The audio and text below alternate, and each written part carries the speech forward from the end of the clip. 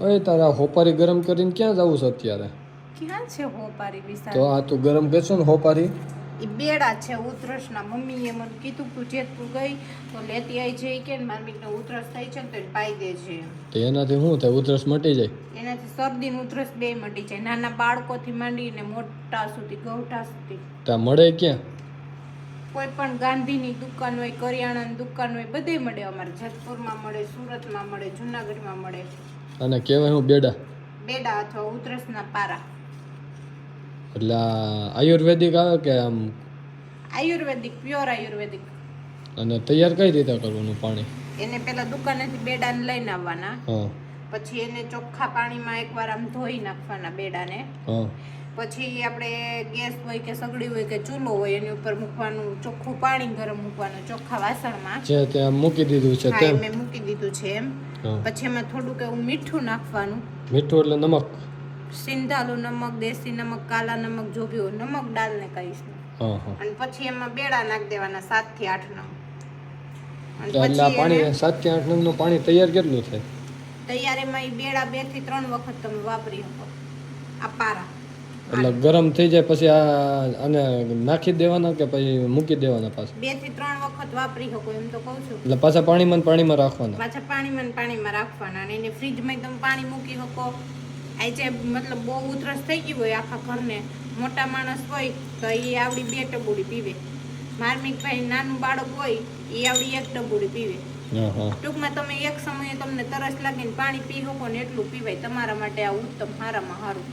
કળતળ આવ્યું હોય, ગળું બળતું હોય, એ બધું આને સારું થઈ જાય. શરદી કફ જામી ગયો હોય, દવા લઈને થાકી ગયા હશો, કફ સિરપ પીને થાકી ગયા હશો, આનાથી અબુલખાન. નાના છોકરાઓને શરદી ઉધરસના જે બાફ દેવડાવવા પડે ને એ આ પીવડોશો ને એટલે એ દેવાના બંધ કરી દેવા પડશે.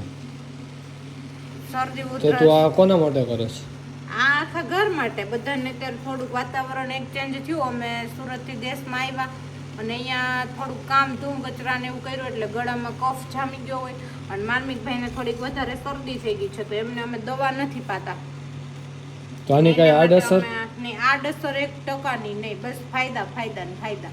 આડઅસર કોઈ પણ થાય જ નહીં? ગમે એટલું વધારે પીવાઈ ગયું તો નહીં, ગમે એટલું ભાવે એટલું પીવો. ખાલી તુરું લાગે, તુળો સ્વાદ આવે, બીજું કાંઈ આમાં નુકસાની કોઈ પણ જાતની નથી. નકરા ફાયદા જ છે. તો હજી આટલું જ થાય પાણી કે હજી ઘાટું થાય?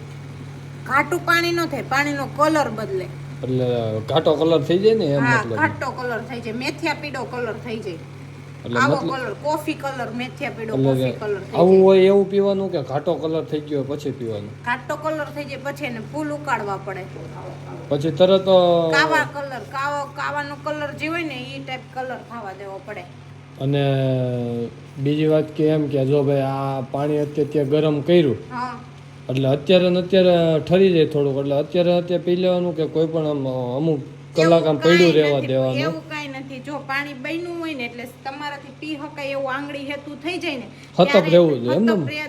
એ આંગળી હેતું મોડી હકવા જોઈએ આપણે એને. એમ રૂમ ટેમ્પરેચર કહેવાય. એ ઉપર આવી જાય ને એટલે તમે એને પી શકો. પછી એને ફ્રીજમાં પણ તમે સ્ટોર કરી શકો. એકાયરે બનાવીને મૂકી દીધું હોય તો પછી એને પીવું હોય ત્યારે ઠંડુ પીવો તો હાલે, પણ જેટલું આંગળી હોતું ગરમ પીવું હોય એટલું તમને વધારે ફાયદો થાય. તો મિત્રો, ભાવિશા ક્યાંકથી દવા આયુર્વેદિક ગોતી આવી છે? હું નથી ગોતી આવી. તો આપણને ખોટું બોલવું ફાવતું જ નથી. અમારા હાહુમાં એ સિંધેલી રેસીપી છે. મતલબમાં ગઈઢા ગાડા પાછા વાળી કેવા સાચી પડી હતી એમ ને? હા, એટલે ખાલી સાસુ તો હું કહેતી નથી, મમ્મી કહું છું. એટલે મારા થાય ઈ માં મમ્મી, એટલે સાસુમાં એ આપેલી રેસીપી છે આપણી. એટલે તું આજે તૈયાર કરશો એમ ને? પહેલી વાર છે તારે? હા, એટલે એમ પહેલી વાર છે પણ મેં જોયેલી છે. મારા સાસુ બનાવતા હોય, આજે હું પહેલી વાર રેડી કરું છું. એવું છે? તો કેટલી વાર લાગશે? હજી વાર લાગશે. તમને શું ઉતાવળ છે બનવા? મારે પીવું છે એટલે ટેસ્ટ કરવું છે. ટેસ્ટમાં એમાં કાંઈ ન હોય. જેટલું સરખું પાકે એટલું જલ્દી શરદી જાય, જલ્દી ઉધરસ જાય. એવું છે? પછી આને ગાળીને પીવું પડતું હોય છે ને? ગાળીને પીવાનું નહીં, કારણ કે પોહે એટલે તો અંદરથી બધું નીકળતું હોય ને દવાઓ. ગળણી રાખી ચા ગાળો ને પી લેવાનું. આમાં દૂધ નથી નાખ્યું એવા કલર થવા દેવાનું. ચાની ભૂકી વગાડો ને જે કલર આવે એ કલર થવા દેવાનો. મતલબમાં બેડાનો કાવો પીવાનો એમ ને? બેડાનો કાવો.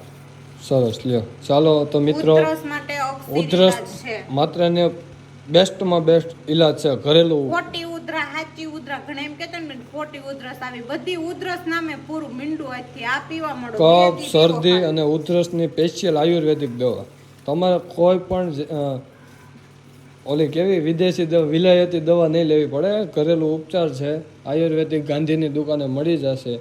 તો એક વખત ટ્રાય કરી જોજો. જો તમારા ઘરમાં કોઈ પણની ઉધરસ રહેતી હોય, શરદી રહેતી હોય, કફ રહેતા હોય તો તેના માટે આ બેસ્ટ દવા છે. તો એક વખત ટ્રાય કરી જોજો અને આગળ આ વિડીયોને શેર કરી જોજો. ભર્યો કાચા પારે હું બતાવી દઉં, કેમ કે ઘણા લોકો આમાં આવા જોવે છે એટલે ક્લિયરલી કાચા પારે આ સોપારી જેવા ઓડા આવે, મતલબમાં ઓલા અંજીરના ઓલા આપણે કેવા ઓલા ટેટા કહેવાય, ટેટા કહેવાય, ઓલા વડલાના ટેટા ટાઈપના આવે. ટેટા નથી પણ આ તમારે બતાવવા હોય ને તો તમે દુકાને પણ બતાવી શકો કે આ ટાઈપના આવે અંદર બેડા, આ ટાઈપનું આવે. એટલે આ ટાઈપના બેડા ઉધરસના પારા અમને આપો એમ. હા, ઉધરસના પારા અથવા બેડા કયો એટલે અને તમને. જો કોઈ આની ટ્રાય કરો અને તમને સારું થઈ જાય તો કોમેન્ટ જરૂર કરજો, કેમ કે જનતા આજકાલની કોમેન્ટ ઉપર વધારે ભરોસો કરે છે. અને આગળ આ વિડીયોને શેર કરજો. કોમેન્ટ કરજો અને આ વિડીયો એવા વ્યક્તિને શેર કરજો કે જેમને ઉધરસ કાયમ માટે રહેતી હોય અથવા તો ઘરમાં નાનું બાળક હોય, જેથી કરીને ઉપયોગી થઈ શકે. Bye bye.